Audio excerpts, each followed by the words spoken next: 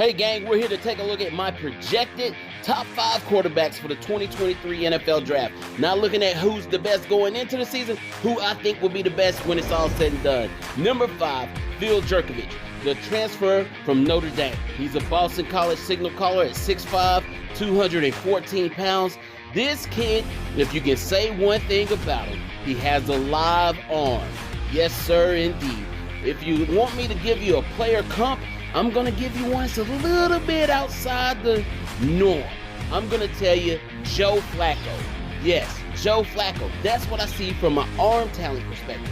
Now, Phil is a little bit more athletic, so you get that as an added bonus, the little cherry on top. I see Phil as a day 2, day 3 prospect, probably in that 3rd round.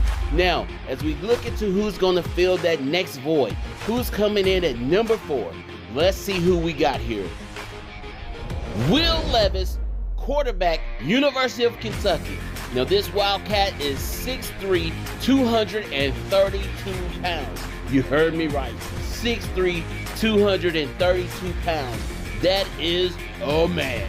And yes, sir, he transferred from Penn State University. So here it is, our second transfer. We know the portal can be a success, people. I know a lot of you don't like it, but I had to sneak it in there.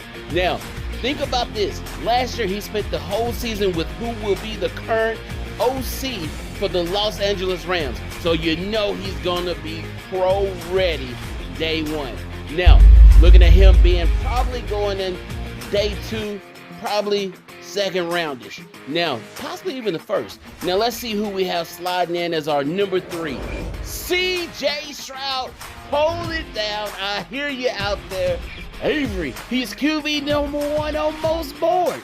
I know, he's just not QB number 1 at the end of the year on my board. CJ is beyond talented. Heck of an arm. He has all kinds of weapons though. Let's be real. He's always had a good receiving core. This year he'll still have a good receiving core. Now I think CJ is going to be able to do the same transition as someone else who had a great receiving core, Joe Burrow. We know Joe had a great core and he made the transition to the league. Still has a great core there too. But we see what he was able to do. Feel the same way for CJ. We know he's going day 1. Who's my number 2 QB prospect at the end of the season? Bryce Young. That's right, people. I know you're really shocked now trying to figure out who's going to be number 1. But let's talk about Bryce Young for just a moment because he deserves it. Bryce Young, if I had to give you my thoughts on who Bryce Young is and what it's like watching him as a player, it's like watching Brett Favre with Michael Vick's legs. This guy is entertainment. He's exciting. He gets out there. He's a magician on the field. You hear people say he runs point. He does a whole lot more than that. He's just exciting to watch. Little bit undersized for most people's standards, but I think the NFL's making that transition. He's going to be fine. Top 15 pick all day long. Who's my number 1 at the end of the day?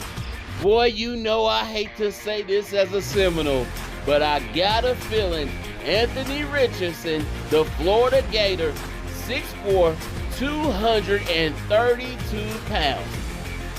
Ladies and gentlemen, this man is Josh Allen, but maybe a step faster. And I think the best thing that happened to him also happened to Josh. Last 2 seasons, Josh got Dable. Dable got him turned around a little bit. I think Billy Napier's going to be able to do the same thing for Anthony Richardson and land him as a top 10 prospect. So there you go. There you have it. The projected top 5 quarterbacks of the 2023 NFL Draft is brought to you by me. Thank you very much.